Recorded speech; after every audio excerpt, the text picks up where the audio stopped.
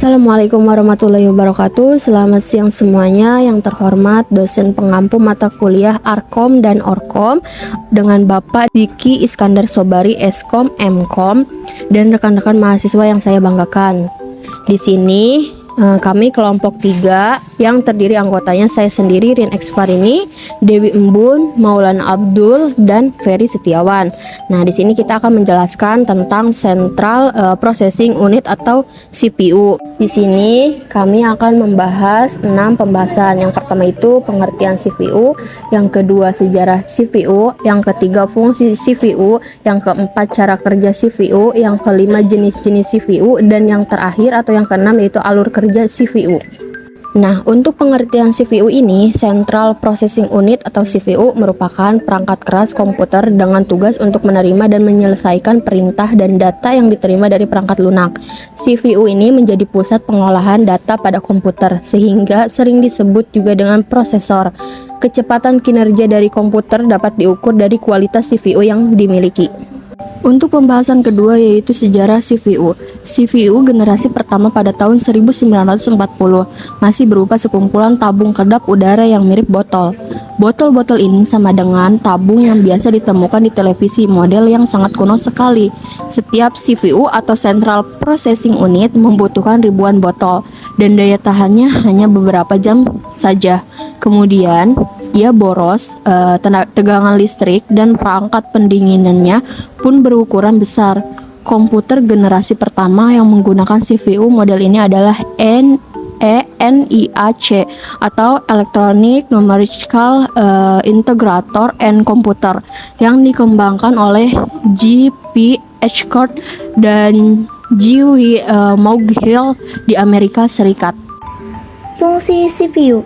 Sebagai komponen utama dalam sebuah komputer, CPU memiliki beberapa fungsi penting. Di antaranya, fungsi-fungsi tersebut antara lain 1. Fetching. Fetching adalah suatu istilah yang digunakan dalam ilmu komputer dan diartikan sebagai proses pengambilan atau pemanggilan data. Dalam sebuah perangkat komputer, data disimpan dalam hard disk pada CPU dengan sebuah alamat. Diibaratkan data di dalam prosesor atau CPU disusun dalam kumpulan alamat, dan ketika suatu program dijalankan, CPU akan mengambil data dari alamat yang tersimpan di dalam komponennya tersebut. Kedua, decoding. Dalam suatu sistem CPU, sebuah program yang akan dijalankan atau yang akan dieksekusi harus sesuai dengan kode instruksi yang nantinya akan diterjemahkan agar CPU dapat mengenalinya dalam kode instruksi biner. Dapat disimpulkan bahwa decoding dalam suatu proses penerjemahan suatu program ke dalam bahasa yang dimengerti oleh CPU.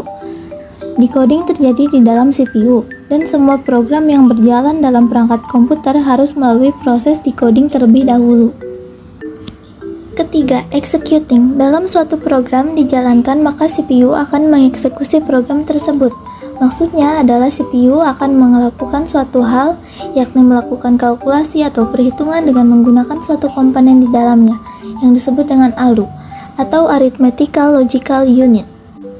Komponen ALU sendiri bertanggung jawab dalam semua proses perhitungan matematika dan logika dalam komputer. Selain itu, fungsi eksekusi dari suatu CPU juga berarti sebagai proses pemindahan suatu data dari suatu perangkat memori menuju perangkat memori yang lainnya.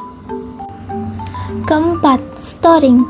Storing atau menyimpan data adalah salah satu fungsi lainnya dari CPU.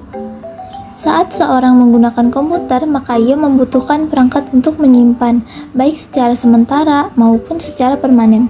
Jika seseorang membutuhkan data dengan cepat dan menyimpannya secara sementara, maka CPU akan menyimpannya ke dalam RAM. Sementara data yang disimpan secara permanen akan masuk ke dalam hard disk. Kedua fungsi tersebut dilakukan dan dikendalikan sepenuhnya oleh CPU. Cara kerja CPU.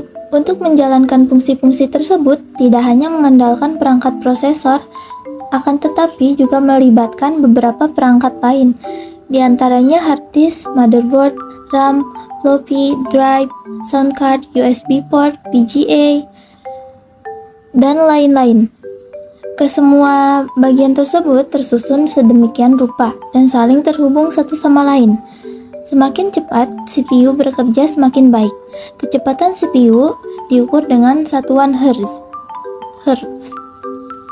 Kecepatan CPU diukur dengan satuan Hz yang berarti 1 operasi per detiknya dan biasanya dituliskan dalam satuan GHz.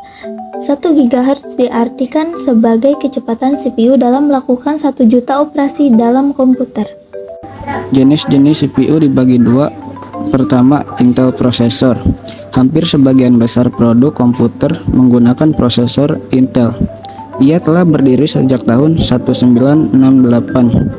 Ada juga AMD, Advanced Micro Devices, yaitu salah satu perusahaan yang memproduksi prosesor dan graphic card sejak tahun 1969.